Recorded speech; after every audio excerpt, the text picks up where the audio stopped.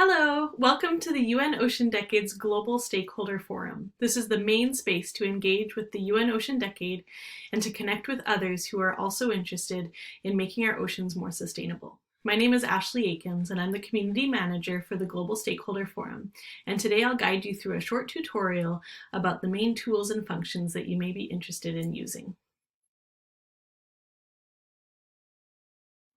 Once you have activated your account, you will want to update your profile. So go up here to the top right where there's a triangle. I've created a personal profile for the purposes of this tutorial so that you can see what it looks like without the admin interface. So you'll click the triangle, and I recommend making sure that it's in the language you want. So under My Settings, you will see Languages. Here you can choose to see all aspects of the Global Stakeholder Forum in either English, French, or Spanish. After that, you can go back to My Profile and update it. So you can change the banner photo and the profile photo, other information. I recommend adding as much information as you can, because if you add tags for skills, employer or institutional affiliation, ocean basin, etc., then it will be much easier for other Global Stakeholder Forum members to search for you and collaborate with you.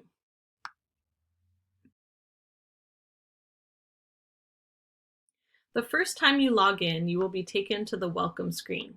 After that, you will always be taken directly to the live feed.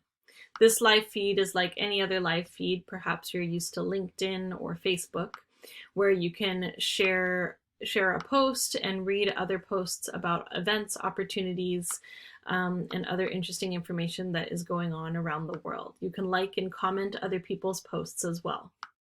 When you are sharing a post, you can include a photo or an attachment. You unfortunately can't include a video, but you can include a hyperlink to an external video.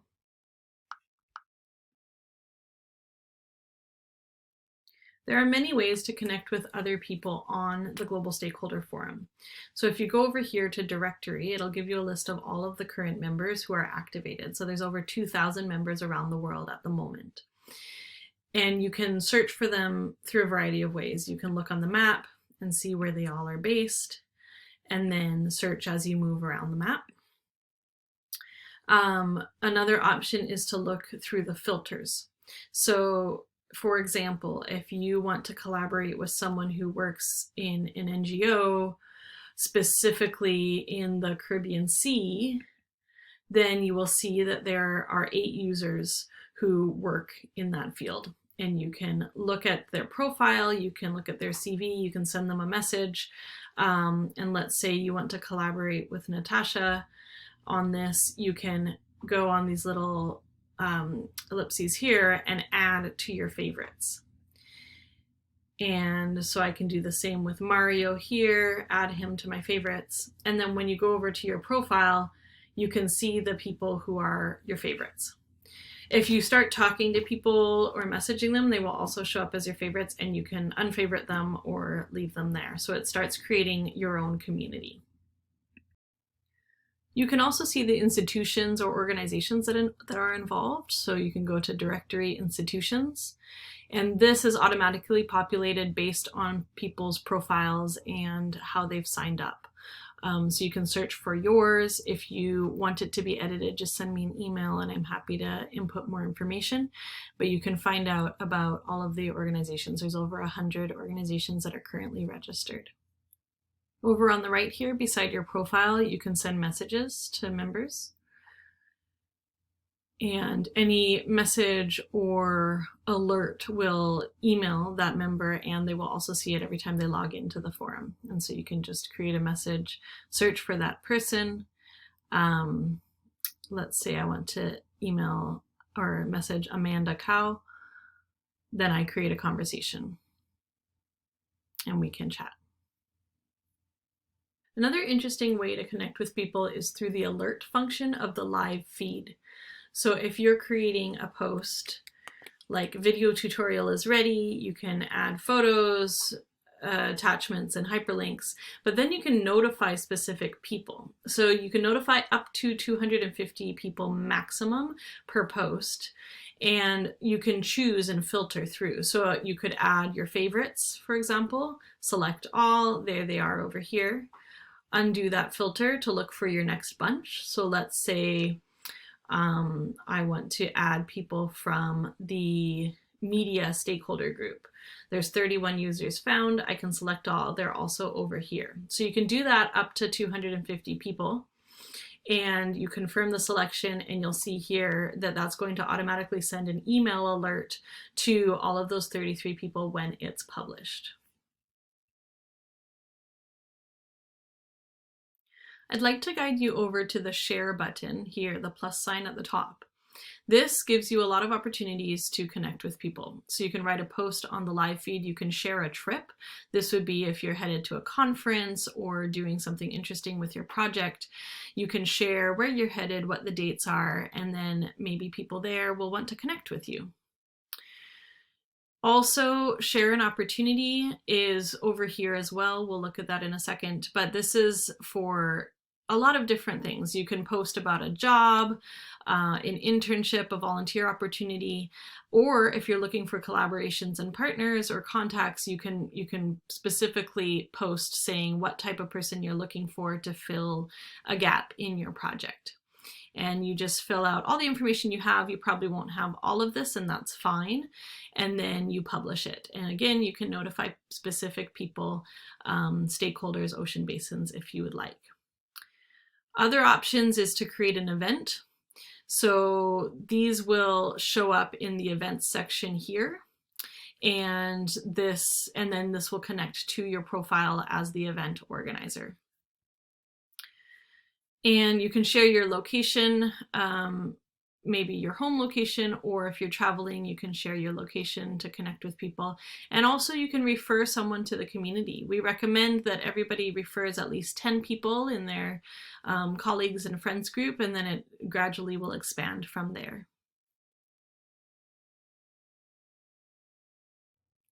Now let's head over to the Decade Actions. These are one of the key ways to get involved in the UN Decade of Ocean Science for Sustainable Development. So let's head on over to Take Action, and you'll see several ways that you can request endorsement for Decade Actions. Essentially, if your endorsement is approved and accepted, then it will be officially endorsed by the IOC of UNESCO as a Decade Action for the UN Ocean Decade. And this may help you with publicity and promotion and engaging others in your collaborations. So there's a few ways to do so. The biggest ones are the programs and projects. We have calls out every 6 months through the decade. And then there's also smaller ones like one-off activities, events, webinars, and conferences, as well as in-kind or financial contributions. Both of these, the contributions and activities, are accepted and reviewed on a rolling basis, while the call for Decade Actions programs and projects, which are more large-scale initiatives, longer-term projects, they will be every 6 months. So feel free to look at the specific requirements for these. Once you are accepted, then you have permission to use certain logos and promote your event. Once you do, you will be part of the Decade Actions page. So you can search for various projects here, search by location, and see all of the different Decade Actions that are currently involved in the UN Ocean Decade. Currently we have about 157. Now let's head over to groups. There are 3 different types of groups: cross-cutting themes, national decade committees, and communities of practice. The cross-cutting themes have both public and private groups. You can tell here if it's private, and if it is, you can request to join. Otherwise, they're public groups and you can automatically join the group. These are groups that are related to one theme, and they're often working groups. There's also 2 different groups, one public and one private, relating to the early career ocean professionals. So you can see here, this one has 47 members and they've just launched last week. The National Decade Committees are private groups that relate to each country and are led by the country representatives who are leading programs and projects and activities related to the UN Ocean Decade. The communities of practice are private groups that anyone can join as long as you're affiliated with an endorsed decade action. And these are being launched with a slow rollout because they're only being released after the meet and greet for each COP. So you'll see here, for example, that COP 8 was just launched last week, which focuses on coastal ecosystems and community resilience. We have just activated a new feature called Forums, so you'll see it now on the top menu tab here. Forums allow you to create a new discussion thread or engage in already existing discussion threads on a particular topic. It's very similar to the live feed in the sense that you can create a post, you can notify specific people, and you can post it.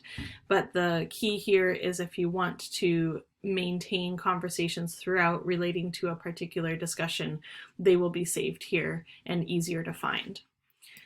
There's also on here one discussion thread that was started for your feedback on the Global Stakeholder Forum. So if you have any ideas or comments or bugs that you've found, feel free to respond to that and I'll continually check it and take your feedback into consideration. So please look into the forum, engage in the discussions that are going on. It is open to all members of the Global Stakeholder Forum around the world, and you can post in any language. Those are the main functions of the Global Stakeholder Forum. You'll see a few other tabs up here as well, so you can check out the news and events related to the UN Ocean Decade. These will also pop up in your live feed. There's also resources. These are specifically resources that are official publications from the UN Ocean Decades. And so you will see we will gradually update this with reports, guidelines, policies, and strategies related to the decade. And there's also the opportunities button, as I mentioned before. Even if you're not publishing an opportunity, you can search here for upcoming jobs, scholarships, and other submissions that are posted by both IOC UNESCO as well as members from all over the world. One important note that I'd like to draw your attention to is regarding time zones. The Global Stakeholder Forum automatically delegates your time zone based on where your computer was the moment you registered. For the most part, this will be accurate, but if you happen to be traveling or on a layover or something in that moment, it might not actually be your home time zone. Feel free to reach out to me if that's the case, and I'll be happy to update it for you. Also, something to know is that any events posted do not automatically convert to your time zone as the viewer or user. They are posted in the time zone that the person posted the event. So for example, if I want to attend the One Ocean Summit, my personal account is under Pacific time zone in Vancouver, but it still shows 18 o'clock CET. So just be cautious of that if you are registering for an event to convert that on your own in your head. And when you're posting an event, you'll see that you actually have control over the time zone of the event there. A few of you will be admins for your groups or Decade Action projects. If you have been assigned as a group admin, you'll see the screen slightly differently. I have relogged in as the IOC UNESCO Oceans Communication now. So now you can see that I see the admin panel.